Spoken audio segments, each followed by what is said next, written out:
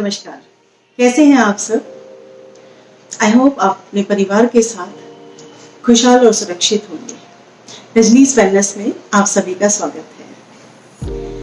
तो जैसे कि लास्ट 2 वीडियोस में मैं प्राणायाम के ऊपर ही चर्चा कर रहे हैं हम लोग, तो इसी में प्राणायाम में ही हम आगे बढ़ते हैं। आज मैं आपको बताने जा रही हूँ कि प्राणायाम से हमें क्या फायदे हैं, हमारे शरीर को किस तरह से प्राणायाम जो है वो स्वस्थ रखता है, सुरक्षित रखता है।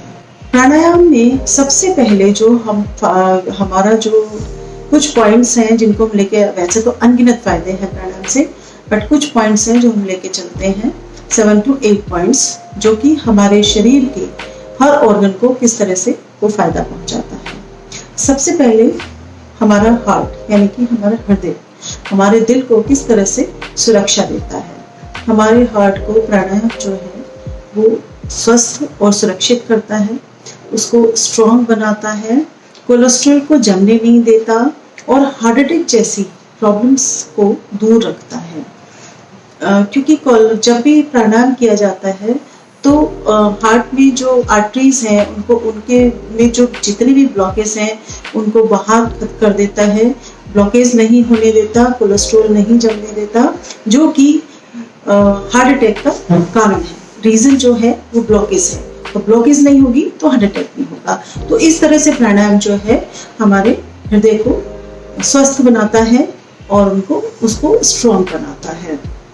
सेकंड है हमारा श्वसन तंत्र, हमारे लंग्स।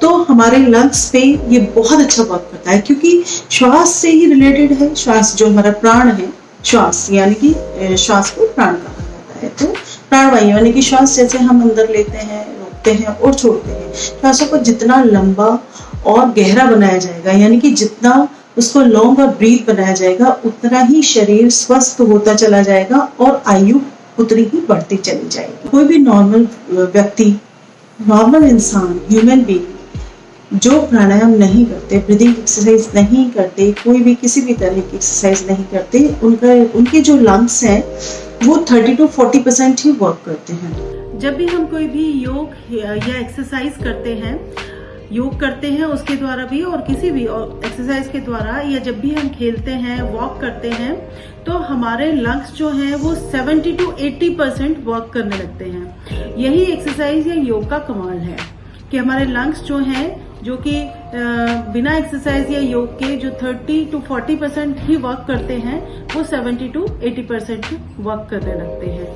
थर्ड पॉइंट जो है इसका है कि हमारे मस्तिष्क यानी कि ब्रेन को स्ट्रॉन्ग बनाता है और ब्रेन बहुत अच्छे तरीके से कार्य करने लगता है। जैसे कि कोई भी चीजें भूल जाना, याद ना आना, एज के साथ भी, और वैसे भी जो प्राणायाम है वो बच्चों की याददाश्त को, यानी कि जो बच्चे भूल जाते हैं या जल्दी याद नहीं आता उनको, पढ़ाई में भूल जाते हैं, या लोग भी जैसे जनरली भी क्या होता है कि एज बढ़ने के साथ साथ घर में भी हम कोई भी चीज रख के कहीं ना कहीं भूल जाते हैं। तो प्राणायाम, ऐसे योग और प्राणायाम के द्वारा जो ब्रेन है हमारा वो इतना स्ट्रांग हो जाता है कि उस चीज को भूलता नहीं है, और ब्रेन मतलब लर्निंग पावर जो है वो बहुत ज्यादा स्ट्रांग हो जाती है। बिल्कुल बच्चे जैसे बच्चा बहुत जल्दी चीजों को याद रखता है, क्योंकि बच्चा जिस टाइम छोटा होता है तो उस टाइम वो ग्रोथ कर रहा होता है, उसका ब्रेन भी ग्रोथ कर रहा होता है, तो लर्निंग पावर बहुत ज्यादा होती है। उसी तरह से जब हम प्राणायाम करते हैं तो हमारी भी लर्निंग पावर बहुत ज्यादा बढ़ जाती है। तो हमारा ब्रेन जो है, कैचिंग पावर बहुत तेज स्ट्रांग हो जाती है उसकी, जब प्राणायाम किया जाता है।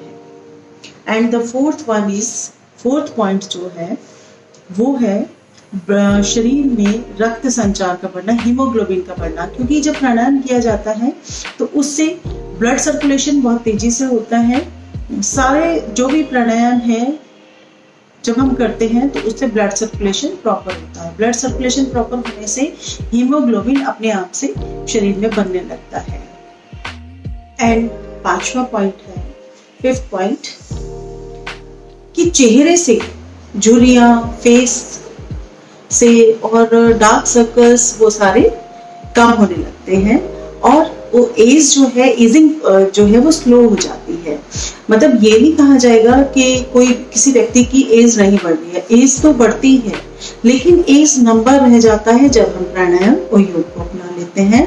और फेस जो है, फेस पे ग्लो बढ़ता है, डार्क सर्कल्स, आई साइट, हर चीज पे उसका प्रभाव पड़ता है और फेस जो है वो बहुत अच्छे से ग्लो करने लगता है, शाइन आती है।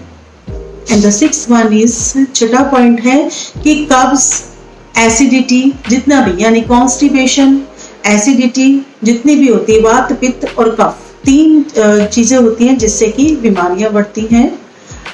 इस बारे में मैं अभी बात नहीं करूंगी, हम बाद में बात करेंगे, बट आयुर्वेद में इन तीन चीजों को बताया गया है। और जब हम प्राणायाम करते हैं तो गैस और एसिडिटी जो है उस पे, पेट के विकार यानी कि पेट की जितनी भी प्रॉब्लम है, और सारी बीमारियों की जो जड़ है वो पेट है, तो इसको, कब्ज को तो बहुत बड़ा जो है रोगों का जड़ बताया गया है।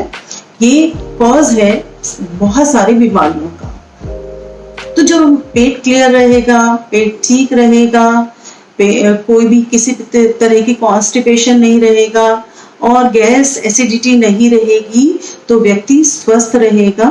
तो प्राणायाम जो है वो इस तरह से शरीर को स्वस्थ रखता है और उसके साथ साथ हमारे शरीर, हमारे अंदर जो है वो ऊर्जा का स्तर बढ़ा देता है, यानी कि एनर्जी जो है वो बहुत ज्यादा बढ़ जाती है, जो इसका सबसे बड़ा पॉइंट है कि ऊर्जा जो है वो एनर्जी, यानी कि जब आप जब हम मॉर्निंग में प्राणायाम करते हैं तो उसके बाद हमारी जो एनर्जी है, जैसे अगर हम अन्य कोई भी एक्सरसाइज करते हैं तो उसमें हमें थकावट यानी कि टायर्डनेस फील होती है, बट क्योंकि ये जो है और वाइटल ऑर्गन्स को एनर्जेटिक करता है, ऊर्जा प्रदान करता है, तो प्राणायाम के द्वारा, योग के द्वारा शरीर जो है उसमें एनर्जी लेवल बढ़ जाता है और उसके बाद काम करने की क्षमता जो है वो दुगनी चौगनी हो जाती है और शरीर, बिल्कुल आपके बॉडी का कोई भी पार्ट ऐसा नहीं रहता कि जो स्वस्थता की तरफ ना बढ़े। तो इस तरह से हमने जाना कि किस तरह से प्राणायाम जो है हमारे ऑर्गन्स को इफेक्ट करता है, किस तरह से सारी प्रॉब्लम्स जो है प्राणायाम करने से धीरे धीरे दूर हो जाती है। शरीर की जितनी भी प्रॉब्लम्स है वो किस तरह से धीरे धीरे से दूर हो जाती हैं। हमारे ऑर्गन्स को, हमारे वाइटल ऑर्गन्स को किस तरह से पॉजिटिवली इफेक्ट करता है और जो बीमारियां होती हैं उनको किस तरह से दूर रखता है। तो आई होप आपको ये वीडियो पसंद आई होगी, तो please like, share and subscribe कीजिएगा। मैं डॉक्टर रजनी तोमर से एक इंटरेस्टिंग सब्जेक्ट लेकर फिर से आपके सामने आऊँगी। तब तक के लिए थैंक यू, नमस्कार।